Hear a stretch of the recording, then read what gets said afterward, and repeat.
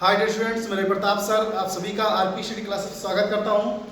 आइए स्टूडेंट्स, आज हम लोग क्लास 10th मैथमेटिक्स में एक इम्पॉर्टेंट चैप्टर वृत्तों से संबंधित क्षेत्रफल पढ़ेंगे, जो कि हाई स्कूल बोर्ड एग्जाम के लिए बहुत ही महत्वपूर्ण है। और आइए इस क्वेश्चन को देखते हैं। इससे पहले कि वृत्तों से कुछ संबंधित कुछ बेसिक पॉइंट्स हैं जो हम आपको बताएंगे। स्टूडेंट्स, मैंने आप लोग को एक वीडियो वृत्त पढ़ाया है हमने, वो आप लोग हमारे चैनल में जाइए और उसमें वो वीडियो पढ़ा हुआ, उसमें हमने बेसिक पॉइंट्स बताए हुए हैं।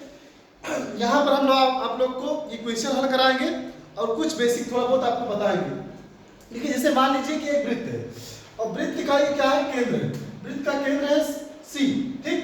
और ये वृत्त का केंद्र सी है। अगर वृत्त के परिधि से इसके केंद्र से मिला दिया जाए तो इसको क्या बोलते हैं, ये बोलते हैं त्रिज्या। और त्रिज्या वृत्त किससे, आर से, ठीक। अब वृत्त का व्यास क्या होता है, अगर इस वृत्त के एक परिधि से दूसरी परिधि तक मिला दिया जाए जो कि केंद्र से होकर जाए तो वो क्या होती है, वृत्त का व्यास होता है, ठीक।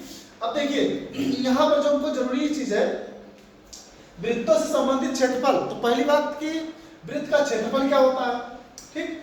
तो वृत्त का जो क्षेत्रफल होता है, वृत्त का क्षेत्रफल ये होता है पाई आर स्क्वायर।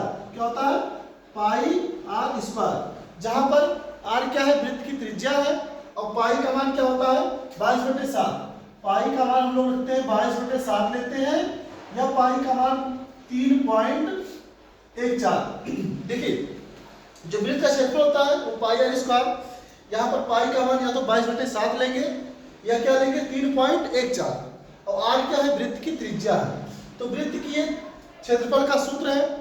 अब देखिए, यहां से जितनी भी लंबाई है वृत्त की पूरी, वृत्त का परिमाप जिसको बोलते हैं वृत्त का परिमाप, वृत्त का परिमाप बोलिए या वृत्त की परिधि बोलिए, बात देखिए। इसका सूत्र होता है वृत्त का परिमाप या परिधि। इसका सूत्र 2 पाई आर, 2 पाई आर, जहां पर 2 पाई क्या है, ये जानते ही आप, 2 एक संख्या है, नियतांक है। पाई का मान 22/7 और आर क्या है, त्रिज्या है वृत्त की, ठीक। तो वृत्त की परिमाप और वृत्त का क्षेत्रफल। अब इसमें कुछ और इंपॉर्टेंट चीजें होती हैं, जैसे मान लीजिए एक होता है वृत्त का त्रिज्यखंड और एक होता है वृत्त का वृत्तखंड। क्या होता है, ठीक। जैसे मान लीजिए ये एक वृत्त है, यही वृत्त मान लीजिए ये वृत्त है, इसका केंद्र क्या है, सी है। त्रिज्यखंड की अगर बात करें तो त्रिज्या द्वारा घेरा गया क्षेत्रफल, मान लीजिए एक त्रिज्या ये खींच दीजिए और एक त्रिज्या ये खींच दीजिए, और ये वाली ये पूरे भाग को क्या बोलते हैं, वृत्त का त्रिज्यखंड। अब देखिए, ये जो दोनों त्रिज्या से बना हुआ भाग है, ये एक त्रिज्यखंड ये भी है और एक ये भी है। तो ये छोटे वाले भाग को क्या बोलते हैं, इसको बोलते हैं लघु त्रिज्यखंड। ये क्या है, लघु त्रिज्यखंड। और ये क्या है, जो बड़ा वाला भाग है ये है दीर्घ त्रिज्यखंड। ओके, ठीक। तो लघु त्रिज्यखंड और दीर्घ त्रिज्यखंड। और एक होता है वृत्तखंड। वृत्त को जो दो भागों में डिवाइड करे तो क्या होता है, वृत्तखंड। जैसे मान लीजिए यहाँ पर ये इसका केंद्र है, ये इसको डिवाइड किया, तो यहाँ पर क्या हुआ, ये जो रेखा है ये वृत्त को दो भागों में डिवाइड कर रही है। एक ये छोटा वाला भाग जिसको बोलते हैं लघु वृत्तखंड, और ये क्या होगा, दीर्घ वृत्तखंड, ठीक स्टूडेंट्स। तो ये कुछ बेसिक पॉइंट्स हैं, जैसे जैसे मैं आपको क्वेश्चन पढ़ाऊंगा वैसे वैसे जो भी जहां पर यूज होगा मैं बताऊंगा आपको। आइए यहाँ पर जो क्वेश्चन हम पढ़ेंगे उसमें जो फार्मूला लगेगा वो हमारे वृत्त की परिधि का परिमाप, जो वृत्त का परिमाप या परिधि होता है 2 पाई आर, इसके बेसिस पर ये सवाल लगाया गया है, मतलब दिया गया है। इस सवाल को हम लोग हल करते हैं। लिखा हुआ है दो वृत्तों की त्रिज्याएं क्रमशः 19 सेंटीमीटर तथा 9 सेंटीमीटर है। उस वृत्त की त्रिज्या ज्ञात कीजिए जिसकी परिधि इन दोनों वृत्तों की परिधियों के योग के बराबर है। यहाँ पर कहने का मतलब है कि दो वृत्त हैं जिनकी त्रिज्याएं दी हुई है, ठीक है। अब कह रहा है कि इन दोनों वृत्त को और मिला दिया जाए तो एक बड़ा वृत्त बनेगा।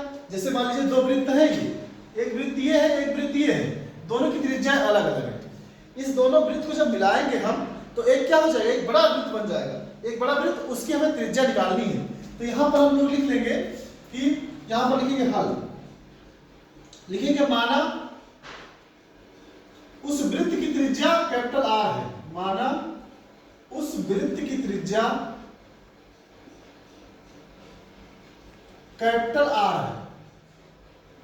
ठीक, अब देखिए दो वृत्तों की त्रिज्या दिया हुआ है, जो हमें दिया हुआ है उसको हम स्मॉल r1 से लिखेंगे और स्मॉल r2 से, यानी दो त्रिज्या है तो स्मॉल r1 r2 का यूज करेंगे। क्यों? क्योंकि दो वृत्त यहाँ पर है, तो r1 बराबर 19 सेंटीमीटर और r2 बराबर कितना 9 सेंटीमीटर। ये दोनों वृत्तों की त्रिज्याएं हैं।